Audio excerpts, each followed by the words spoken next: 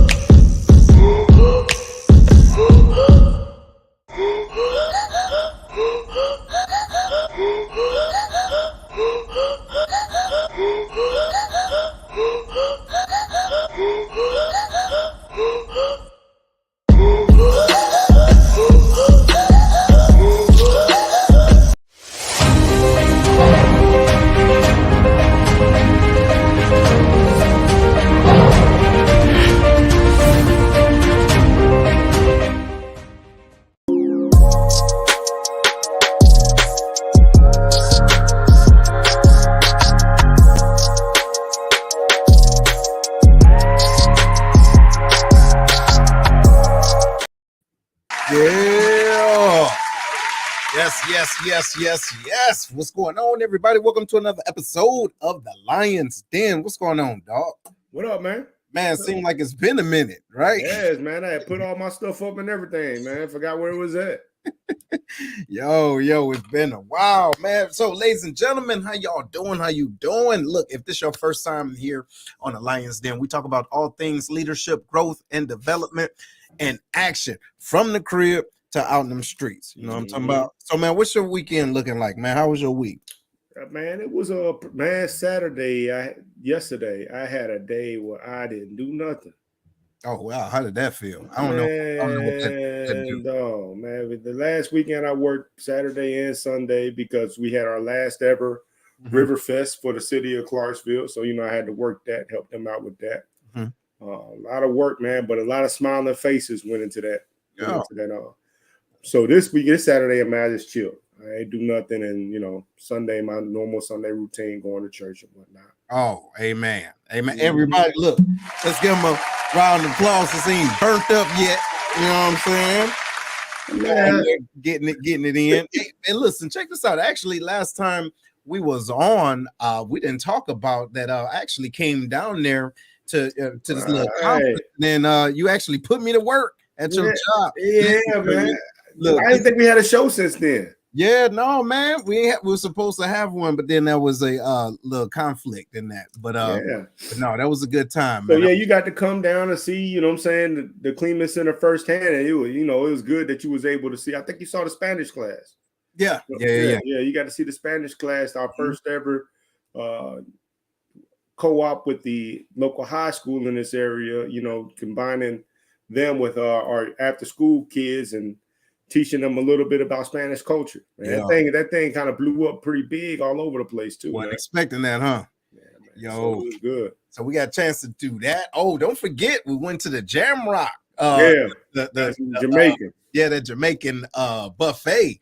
Woo, that was good. That man, it was good. Man, it's always good to link up with you, man. We're gonna be doing that real soon. Oh yeah, we got some big plans in store. We do, ladies and gentlemen. We're gonna have this Lions Den Uncaged.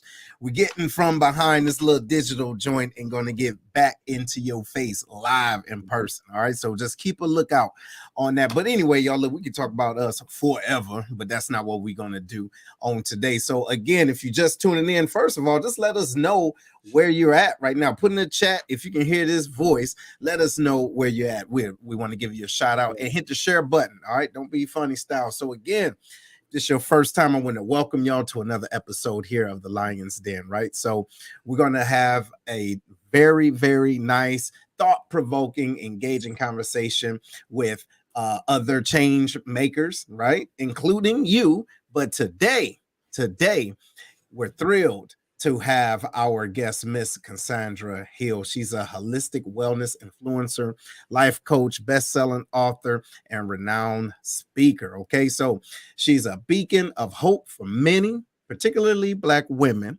as she has triumphed over systemic lupus, all right, using a regime she developed herself, right? Now, this victory resulted in the birth of Holistic Living Consulting, through which Cassandra has made it her mission to transform the health of Black women by renewing their minds, bodies, souls through all natural approach. Ladies and gentlemen, y'all give it up for Miss Cassandra Hill. Yeah. Yes. What's going on, Miss Lady? How you doing? I'm doing great. How are you guys? Doing well. Miss Shelby, how you doing? Thank you for tuning in. So go ahead, ma'am. Let everybody know who you are. Who's Miss Cassandra Hill? Hello, everyone. My name's Cassandra Hill, and I call myself the transformation agent for Black women because I envision a world where Black women are healed emotionally, mentally, spiritually, and physically. Okay. All right. Well, no, that's dope. Well, look, kick it off, Big Herm. What you got, man? So let's get into that. What this holistic approach looks like when you talk about the transformation of Black women. Why should a Black woman look to you for this kind of service?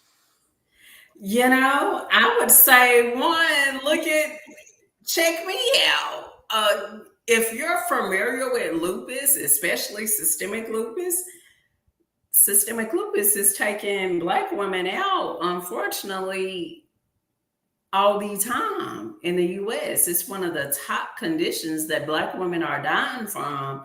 So to say that someone was diagnosed with that and turn that thing around, and not just turn it around and laying in bed, but turn it around and living a vibrant life, it should make you want to get on the phone, get on my website, do something. Like, I need to talk with her and see how she can change me.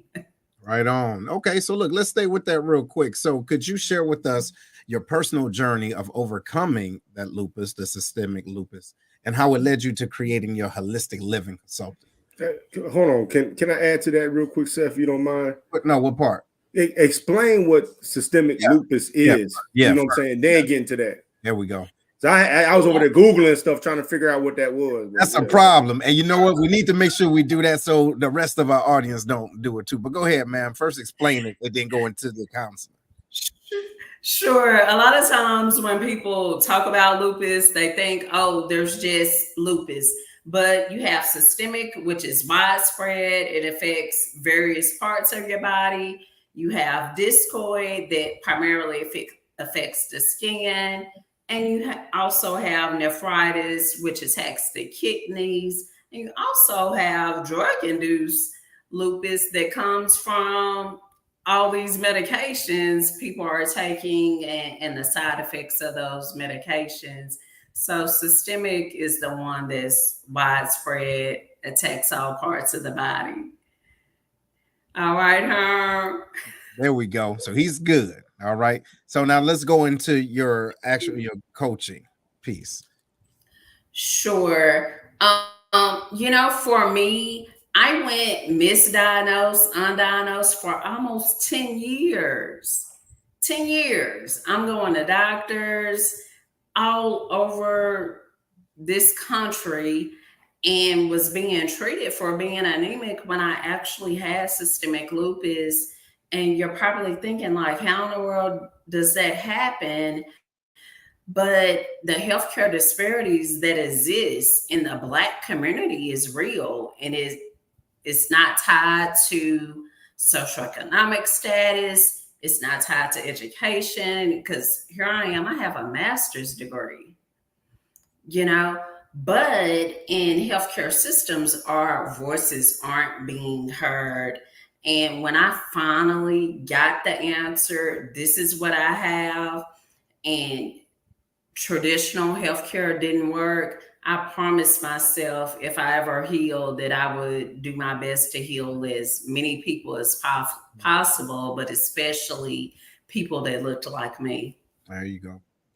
So when you was searching for the answer of what you could possibly be ailing from, did you have an idea that it was lupus, or you had no idea? And if you didn't have any idea, what if somebody is listening right now? What should they be looking for to be like, hey, maybe I'm going through the same thing she went through? Yeah, I had no absolute idea that it was lupus, but some things you can look for is if you're having headaches, and I'm not talking about just a headache that you could get rid of with Tylenol. I'm talking about a headache that could last for days at a time. If you're having just severe pain where you're having problems walking, extreme fatigue, or if you notice certain foods not just upset your stomach, but literally have you sick, nauseated for days at a time, you may want to go to a rheumatologist and request what's called an ANA test and see where that takes you. Okay. Oh, no, man. See, this whole time, man, I thought it was just because my kids was asking me for money. I didn't realize I might have an issue, man. You do. That ain't it, but you do. Anyway, Miss Cassandra, so thank you for being on. Sorry for that. All right. But anyway, thank you for being on. So look, we're talking about being enough. Okay. And if you think about the things that we go through as people, right? Men, women, it doesn't matter. What do you think is keeping us from being the best version of ourselves? Do you think it's our own perception of who we are? Do you think it's past traumas? What do you think it is? Self-fulfilling prophecy. I think there's so much negative that we're fed, and we start to believe that about ourselves. And whatever you believe in your mind, guess what? That's your reality. Herm said he has kids. If he's told his kids Santa is real, I guarantee you, right now we're in September. Come after Thanksgiving, those are going to be the best kids, because they're like, I already got my list made. This Santa is real. I want my gifts. So I think for a lot of us, even as adults, we believe something because we hear it so much, and that affects how we live our life. No, that makes sense, because just a couple of shows ago, Herm said he didn't want to be Santa Claus again for the city because he was jolly. Look, man, no. But, what I said was, if anybody comes to you and say, hey, you want to play Santa Claus this year, that means you didn't reach your fitness goals. That's right. That's what I said, man. Yeah. So when they came and asked me, I knew that my New Year's resolution didn't work. I did not. Yeah. Hey, so look, Herm, what do you think? And ladies and gentlemen, y'all chime in. What do you think stops us from being enough, or us thinking that we're enough? Herm, what you think? Man, I think that it's a lot of times people say they don't care about what people think. I'm gonna take Deion Sanders right now, for example. Deion made it in an interview, says, you know, what makes you think I care about what you say about me? You can't make me, so you can't break me, is what he said, which is good, nice words. But every time somebody says something, he's always responding. Meaning he cares about what people say. You know what I'm saying? He cares about what people say, and a lot of people do. And I think a lot of that comes, I'm not speaking about Deion, but a lot of times it comes from your own, you know what I'm saying, your own way of seeing yourself. You might say you see yourself in another way, but you yourself might not even believe it. And so that's why you let other people infiltrate your mind to tell you who you are. And since you're so unsure about yourself, you start to adopt that as, man, that's me, and that angers you, so you lash out. Well, all right. Well, there you go. Well, that makes sense. So, Miss Cassandra, speaking about that, how would you say individuals should be able to differentiate between what people say and what they know about themselves? Well, you know, for me, I'm a woman of faith. And so what I know I feel every person walking this planet, you know that God made you. So if he made you, he's the only person that can define your worth. It doesn't matter really even what your loved ones think, parents, spouse, kids, period. You know, your worth should come from the creator. And what helps with that is, you know, affirmations, provide that emotional support, encouragement, and then just every day keeping that cup full. And I do, or I suggest to clients that inventory skill set, just writing down the things that no one else on this earth can do quite like you. So now, how about this? And I want you to chime on, and then you too, Herm, and then you go with your question. So, Miss Cassandra, based off what you said, right? Individuals should lean on their faith and not necessarily what individuals tell them, right? And you know what you're supposed to know. However, don't you think it would be difficult as individuals are coming up and they are at a certain age and they are leaning on their home structure or the society or the structure of their, let's say, their neighborhood, if you will, and to influence what they already think or don't even think of when it comes down to God, right? Or whoever the higher source is. But in the mix of that, those same individuals that's growing up with you start to project a negative narrative that you low key start to grow up into believe. So now you almost have to unlearn and re-engineer the whole faith process. Hopefully that makes sense. What do you think about that? Oh yeah, it's real. And can I tell you, I'm super familiar with that from personal experience.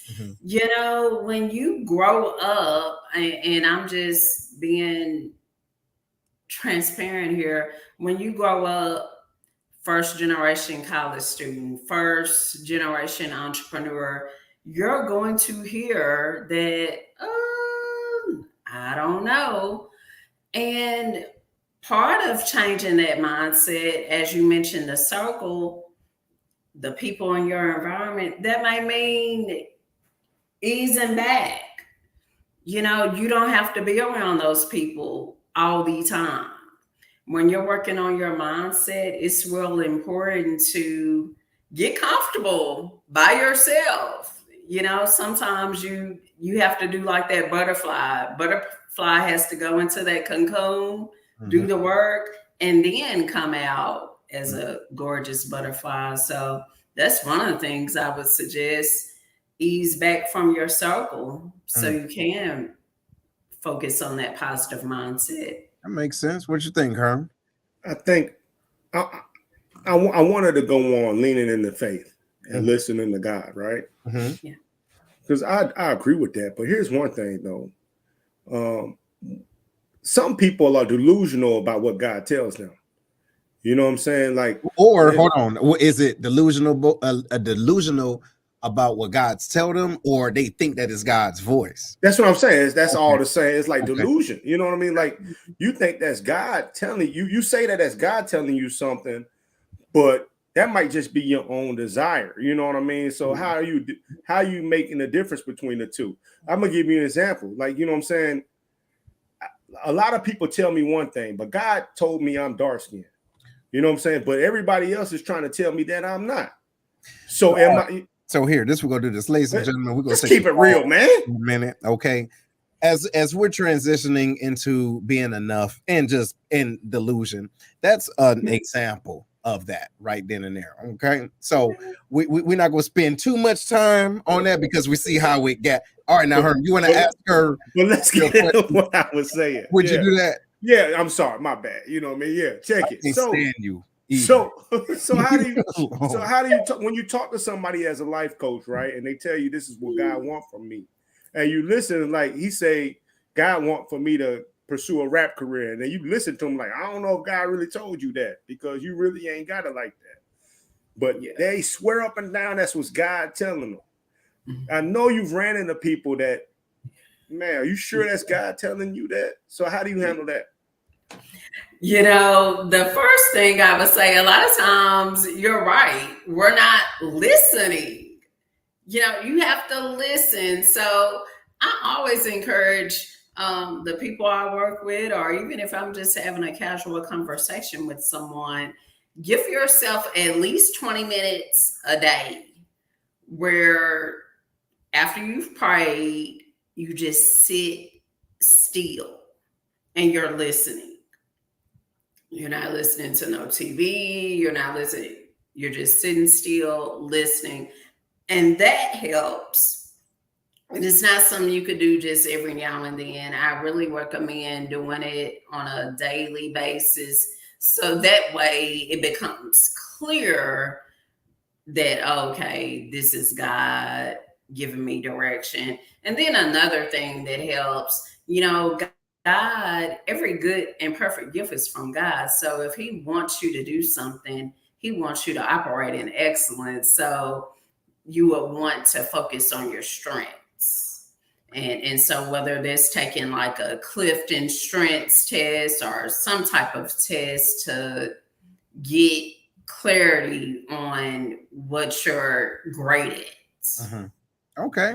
Well, here, how about this? And ladies and gentlemen, hopefully y'all enjoying this context. We're talking about being enough. What's going on? What's going on? We got an amen. Who said that? Y'all put your name up in there. Miss Mary, she says, how the public perceives us. Personally, I think those types of people are bougie to me.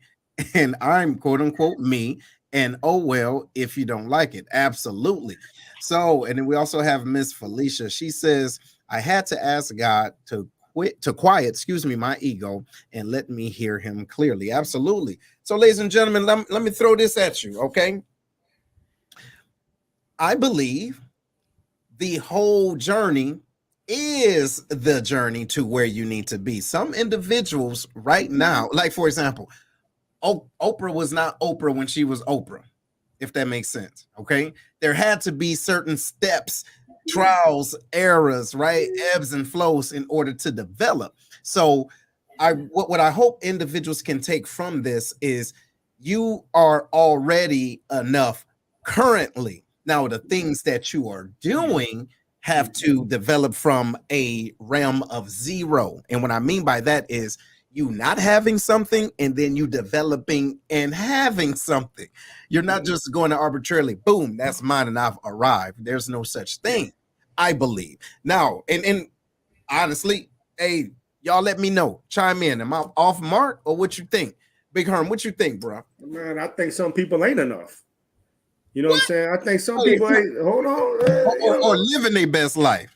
I think some people, I know y'all know them, ain't living up to their full potential.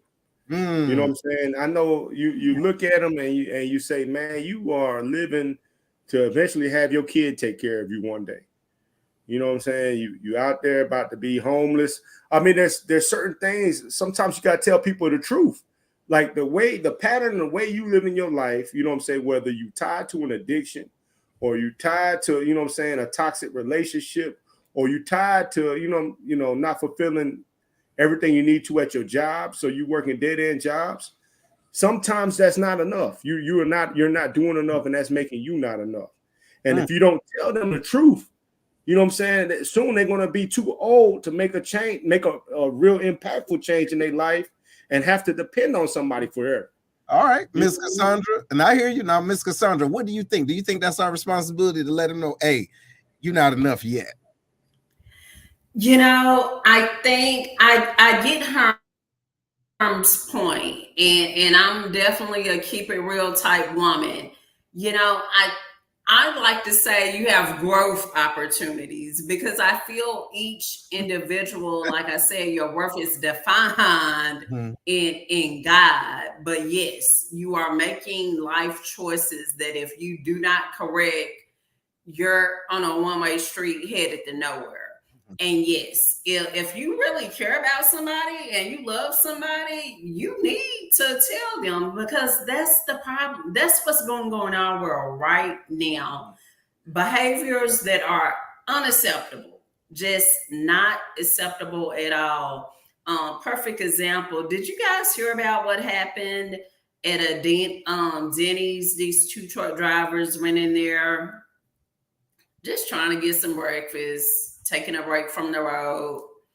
They're the only people of color in this Denny's, and some of the people looking at them, kind of strange. No one says anything about them looking at these guys strange, and then end up, waiter comes over and says, hey, you have to get out of here. We don't want you dining with us. But what if you was sitting at the table with someone and you noticed that they're looking at these people strange? What if you was like, hey, that's not cool? Now, that's a can of worms. I don't know if I got a bucket big enough for us to dive into, because I personally don't know. Look, if that, what was this, Waffle House? You said Denny's. Okay. Denny's. So look, if this Denny's, that wouldn't happen at Waffle House. No, you're right, because so here it is. If that Denny's was that out of line, I probably wouldn't even be there to tell them they shouldn't even be there. You dig? Or to say something. But I do get your point. But now I think that that's a difference when individuals are willing to say what's right and having to say what's right. You see what I'm saying? Like, I love to tell people, hey, this is what I suggest, right? Versus what people should do with their lives. Because ultimately, and let's keep it real, ladies and gentlemen, whose life are we living? So when we see someone going in a different direction, we may know, or take that back, we may assume we know their potential, but what if they are giving their best? Then I might well go ahead and get them a couch ready for when they ask me to live somewhere. You know what I mean? But because I do get what you're saying, though. You know what I mean? Like, some people are really not mentally capable. You know what I mean? So what do you do about that? But when we talk about being enough, if you can't tell them the truth from your perspective, right? If they say, hey, you think I'm on the right track? Hell no, man. You're not even in the race. You know what I'm saying? You know we're near the track, man. Like, I didn't know you was in the competition. Right. Yeah, you know what I mean? Because of the track record, right? I get it. Yeah, but I do agree. Like, how do you know what they want for their life? That's right. I understand that part too. So if you say, man, all I want for my life is to live on the streets, then right now you are enough. But if you tell me that, you know what I'm saying, I want to live a life to where I can sustain a good life and all that, and you're not living accordingly, you know what I'm saying, in my opinion, from what I'm seeing you doing, either you have some kind of problem, you blowing your money on this or that. Yeah, I gotta tell you, like, look, man, you're not going to be able to sustain this, and you're going to end up on your ass. Okay. All right. Well, look, that's fair. So here we are, ladies and gentlemen. We're talking about being enough. Now we're about to transition to not just being or just having an aptitude. Now we're going to talk about the physical attributes. Okay. Being enough.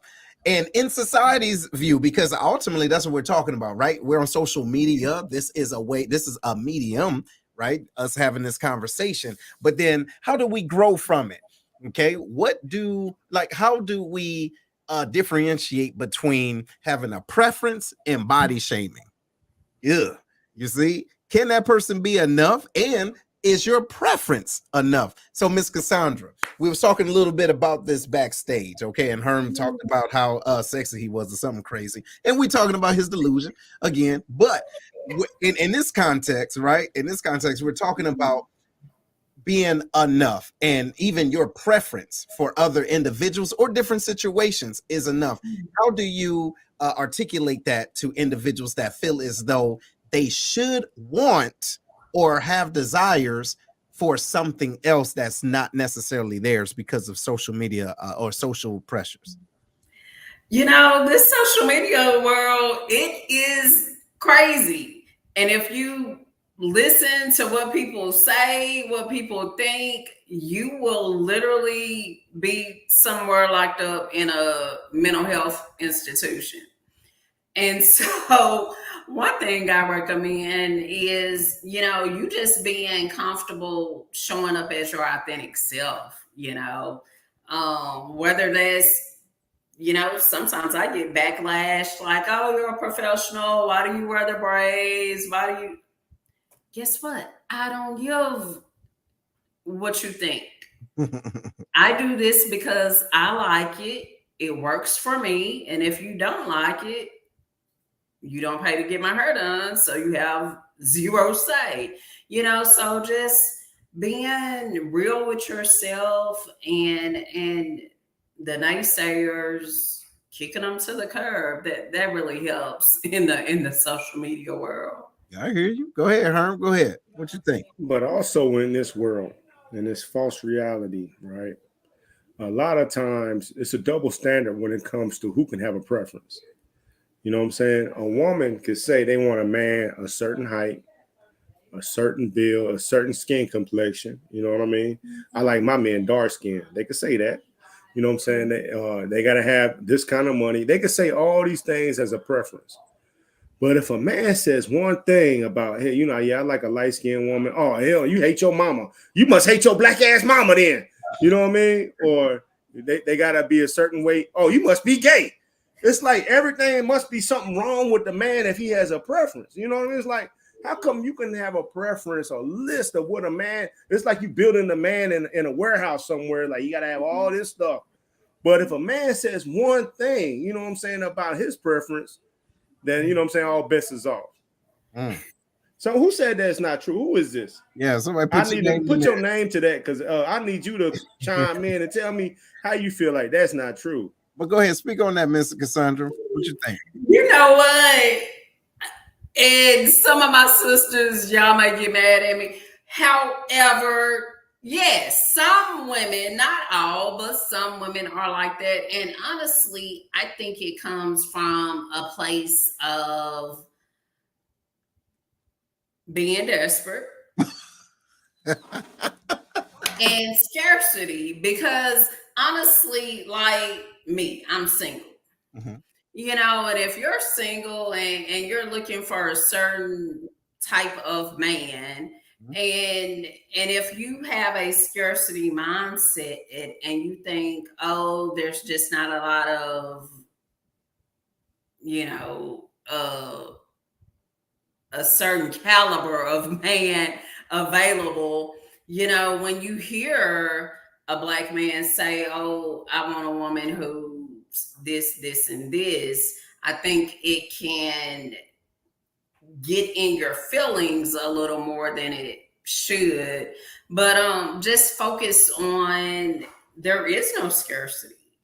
What's for you is for you. The right person at the right time, and you just gotta believe it. But I think for some women, it triggers that, and that's why that may hurt your feelings a little bit. I like that. Let me respond to Zena real quick. Okay. Got all love for Zena, and I see why Zena might say that. You know what I mean? I really do. I know Zena's husband don't play that stuff. But anyway, Zena, congratulations. You know what I'm talking about. Congratulations. Much love to you. And I know what you're talking about. I get what you're talking about. So this is what I would say. Well, first I'm gonna hit this up, Miss Mary. She says, so Seth, keep in mind that September is Suicide Awareness Month. Personally, you have to be strong in you. All right. Shake them haters. and make them your motivators. Yes, I believe that, but I tell you one thing, it's easier said than done. You're right. You're talking about resilience. There's an old adage that says resilience is being able to bounce back. But check this out. In order to bounce back, you got to hit something first.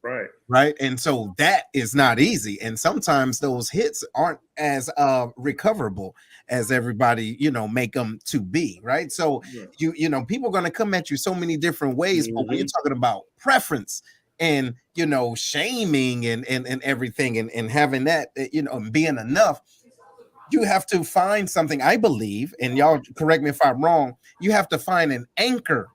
Right, find an anchor and hold on to it, or if you put it up, remember where it's at, because you're going to be tested all the time, and then you're going to be judged, you're going to be categorized. And keep this in mind, Herm, you know how it was. We're in the military, right? Was in the military, so we did not own that institution, so it wasn't what we thought we were enough.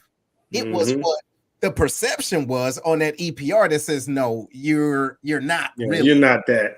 You see what I'm saying? You're not that. So how do we, and ladies and gentlemen, y'all chime in with this, and you too, Miss Cassandra, based off of society norms, but when it's in line with your occupation, you think you're going hard, unless you own it. All right, unless you're the CEO of this occupation, you think you're going hard, but now you have to bring yourself up to the standard of which you've applied to. It's got to be tough, man. It's when you don't fit into what society says you're supposed to be, or you don't think the way society thinks you're supposed to think, then it feels like you're just constantly getting beat up on your beliefs, your looks, how you carry yourself. And so I know it's easy to say, like, hey, just, brush them off and don't care about what they think. But after a while, man, some of that stuff starts to seep in. Like, you know what I'm saying? Like, damn, maybe I'm not, what I'm saying, what I think I am. Yeah. You know what I'm saying? Like, I got all these people coming at me talking about my job performance, talking about my weight, talking about this, that, and the third. And that starts to break you down. All right. I think a lot of times people say, you gotta just, it's almost impossible. It's almost impossible to have that kind of shield to be like, none of it's going to get through all the time, because we're human. So, Miss Cassandra, this is what I would ask you. When does it get to the point where the beat down and the breakdown turns into a build up? Because not everybody transition the same way to use that same negative energy as power. You get what I'm saying? To propel. So how would you suggest that individuals hone that energy to move forward? Yeah, it's not easy. It's not a walk in the park. Two things that I did, because I get it. I worked in corporate America to where, although I was a top performer in my career, I still got a lot of negative comments, still got called racial slurs and just the whole thing. But one of the things that really helped in turning the thing around was, believe it or not, taking a walk every day. Because anytime we're doing some physical activity, it releases those feel-good hormones. So for anyone who's in a stressful, challenging situation, I recommend just doing that, like 30 minutes on your lunch break even. Just taking a little power walk, you will be surprised. And another thing I found really helpful is meditation. I mean, woo, goodness. If you don't meditate, you are missing out on so many benefits. It helps with feelings of anxiousness, depression. YouTube has so many free videos on meditation that those are two actions I recommend anyone who finds themselves in a stressful, challenging environment. Add that to your routine. Okay, I can dig it. Go ahead, Harm. Every time I try to meditate, I end up falling asleep. So I don't know, am I not doing it right? Or like, is it like a breathing method or something? Because every time I close my eyes to do it, I'm waking up the next day. Wait. Miss Cassandra, don't answer that. Please. Why? No, I'm trying to get tips on how Don't do you. do it. Don't fall Miss into Cassandra, can you tell me, please? it. I've been trying to meditate. That ain't real. Especially when my wife talking. I'll be trying to meditate. See, but I know falling asleep. You ain't doing right. Tell me how you got to do like in basic training, bro. You got to stand there with your eyes open and fall asleep. You ain't master that. So you meditate with your eyes open? No, you have to in different situations. I thought that we got to be with eyes closed and your hands like this or something. Like what is going on? Like what do we do? Go ahead, Miss Cassandra, if you don't mind giving tips on different types of meditation, especially for this nutcase. Go ahead. Well, one, if you're really truly trying to do some meditation and you're falling asleep, that means you don't have enough energy. So I would say increase your vitamin C intake, things like mango, strawberries, kiwi, even bell pepper, things like that. Boost what about Monster Energy drinks? That is not it. That is not it. You monstering your way to a heart attack with a Monster Energy drink, and don't come after me, Monster. But goodness gracious. So that's the first thing. Get more vitamin C so you can have some energy, because you shouldn't be falling asleep just because you're closing your eyes in meditation. But Seth's right. There are meditations you can do with your eyes open as well. And it varies. I like to have my eyes closed because I'm just like that. But yeah, maybe you need to start off with having your eyes wide open until we get that energy up. And no joke, you know. So I was kidding earlier, but no, like what are people getting out of meditation? Like when people like say somebody's never meditated before, and honestly, when you think of when somebody that never meditated before, they think, okay, I'm just sitting still and not doing nothing. What are they getting? Why would they need to meditate? And what are they going to get from that? You know what I'm saying? How should somebody start? Okay, hold on, Herm. So let me just push back a little bit. If a person say they about to do something and they don't know what they're getting out of it, then they're doing it backwards. What I'm saying is like, but like why, like, you know what I'm saying? Just like why would somebody need to meditate? Like what is a symptom? Like, you know what? Maybe meditation is what I need to start doing. Anxiety, stress. Does that make sense? You know what I'm talking about? Yeah, it does. Depression. But yep. Depression, all of that. You know what I'm saying? But, you know, I think that individuals, and Ms. Cassandra, you can correct me if I'm wrong or, you know, add to it. There's so many different modes or ways that you can get to your center. Ultimately, that's what you're trying to do. Find your center and then, you know, find that peace and quiet that mind. Quiet that you know, that inner hater in you that's saying what you can't do, right? Or those negative beliefs and everything. What you think, Ms. Cassandra? You hit the nail on the head, Seth. That's what meditation is all about. Keeping you balanced, keeping you centered, keeping you in alignment. Because guess what? You're with yourself 24/7, 365. And if you don't fully know you, every relationship, whether it's work, whether it's relationship with your loved ones, will be off center. So if you find yourself like a little snappy for no reason at all, if you find that sometimes people shy away from being around you, consider some meditation in your life. Go ahead, Herm. Here's a little. Well, look, first, before we go into that, hold on. Before we go into that, I do want to acknowledge a couple of things. So, Miss Mary, thank you for your service. She says, so being a veteran from the Army, 90 to 11, society is nothing in caps like the military. That's why so many veterans have a hard time adjusting. Miss Shelby says, make a plan, connect with resources to prepare you to reach goals, right? Work hard, stay focused, surround yourself with encouragement, and pray and trust God. Now, this for you, Big Herm. All she has to say is, how about them Cowboys? Personally, I don't do meditation, I think is whack to me.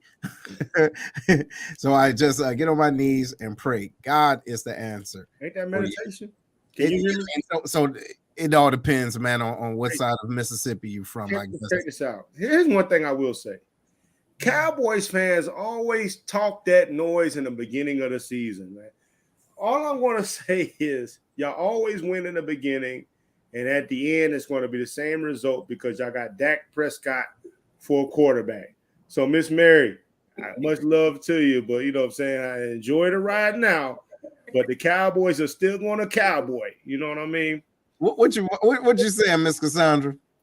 L. I'm not with the Cowboys. I'm sorry, Miss Mary. Thank you for tuning in. And y'all probably not gonna like me, but my cousin plays for the New York Giants, so I am a Giants fan. That's family, you know what I mean? Mm-hmm. Hey, it's all good. It's all good. Well, ladies and gentlemen, we're talking about here being enough. What does that look like? All right. Wait, hold on. Watch this. What does that look like for you? Because I believe the issue is individuals try to connect a narrative that's not in line with them. You see what I'm saying? It's like they try to keep up with the Joneses, and the Joneses don't even live next door. Hey, the Joneses ain't even in your neighborhood. What you talking about? Like, you don't know, that's not the part of your life. So when do you align yourself with your natural, right, purpose and in life, right? How do you do that? Ladies and gentlemen, y'all let me know, how do y'all do that? And who are your, let's say, for example, your board of directors, right? Who are the individuals that's around you, that's supporting you, that's holding you accountable? Like Herm, he's one of mine. And we go back and forth like, hey, you're doing this, boo, boo, boo. We do that. What do you do to hold yourself accountable to be enough? Miss Cassandra, what would you say individuals should do or could do? You know, it's so important to have that inner circle. I have an inner circle of boss women, my girl Angela, Brittany, other boss women who are doing incredible things in the world. And guess what? If I'm slacking, they will definitely let me know, like, hey, let's course correct. You know, that's important. Your network, we already know it determines your net worth, but it determines so many other things in life as well. So building that inner circle doesn't have to be a lot of people, quality versus quantity. So I highly recommend that. That's a game changer, that inner circle. And then reading. Reading is so important. I feel, especially, and I almost hate to say this, but we as Black people, we need to read more.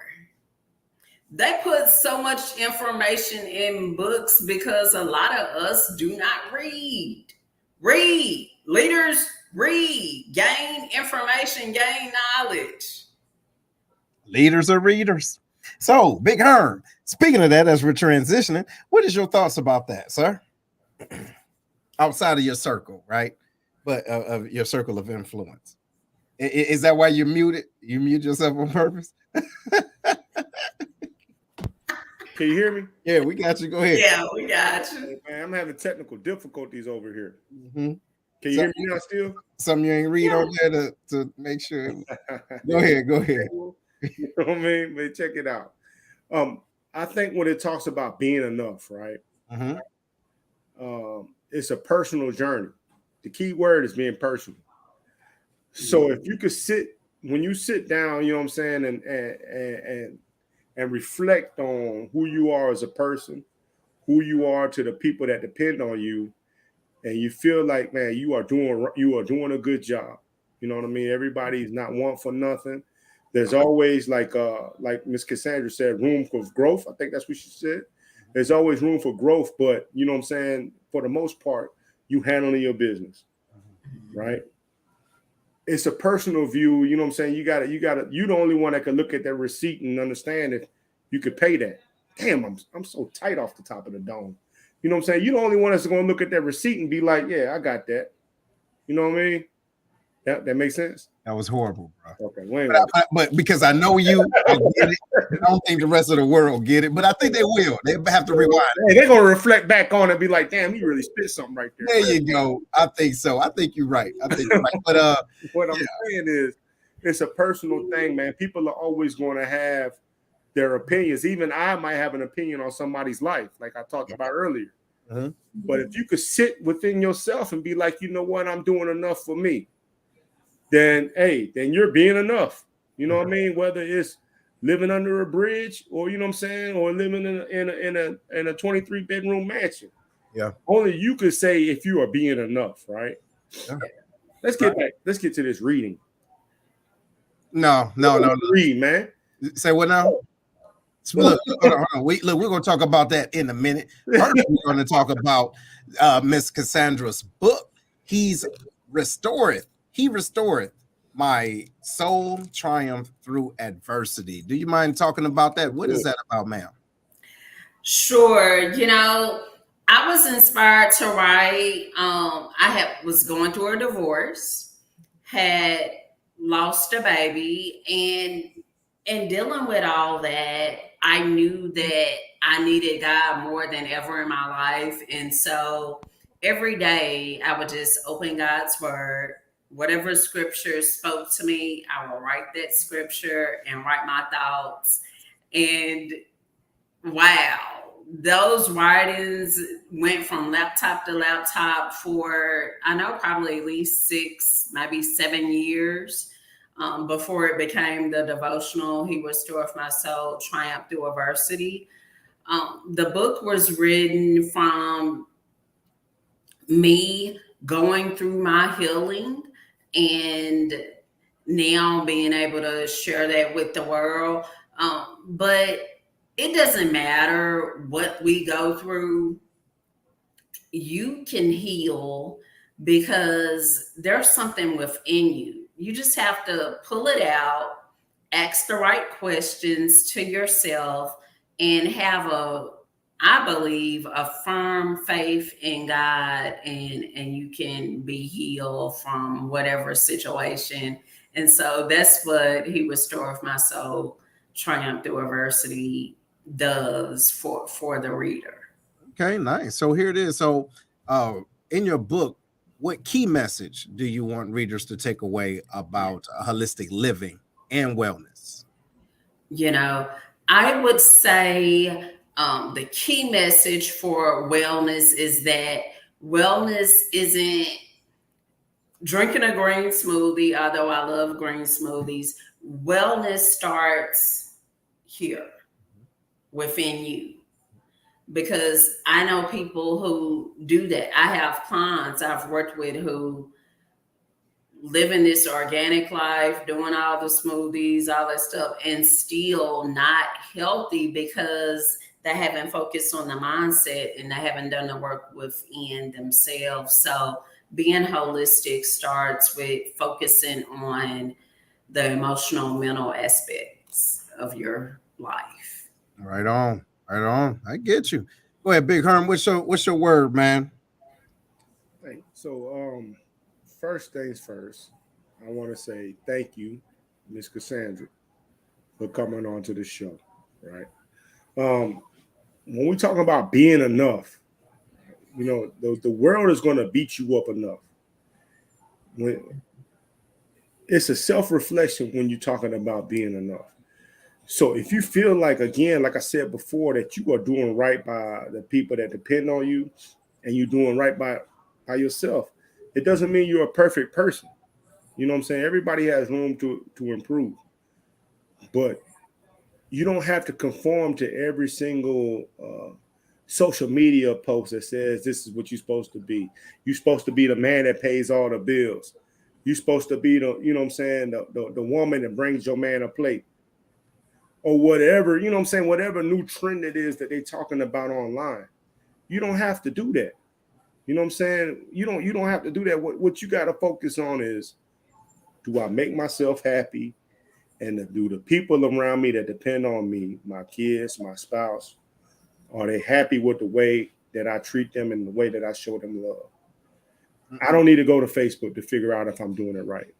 There you go. Yes, sir. Yes, sir. So, Miss Cassandra, so I got you here. You know, you finally came on in. Would you let individuals know where they can find you, and also talk a little bit about your upcoming boot camp? Sure. You can find me CassandraRhill.com, my website CassandraRhill.com, and upcoming boot camp, Goal Achieving in 2024 and Beyond. It's a virtual event.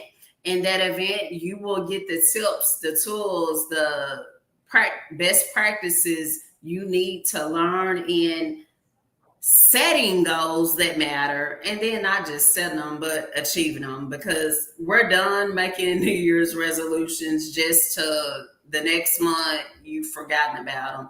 So learn more about the goal achieving in 2024 and beyond. If you're here on Facebook right now, if you head on over to my Facebook page, Cassandra Hill, Healer of Women, you can learn about that event. And there's the link to register for that. CassandraRhill.com is where you could find me. And I want to thank Seth and Big Herm for inviting me to the Lion's Den. Thank you. Thank you. Yes. Yes, look, it was an honor. So, ladies and gentlemen, make sure you go and follow Miss Cassandra, and also too, you can follow Herm. Let's do this so everybody can see this. Right, you can follow Herm at Herman Brown. Right, and you can follow Herman Brown 3. I need to add a 3 on the end of that. Is it 3? Is it the number 3 or the? Yeah. Okay, y'all hear that right? Herman Brown the third, 3. Right, and then you can follow me to Set the Speaker. But ladies and gentlemen, this has been an outstanding show. Thank you all for being here. Make sure that you subscribe, you follow us, you follow Miss Cassandra. We got a lot more stuff in store for y'all. But hey, when we're talking about being enough, check it out.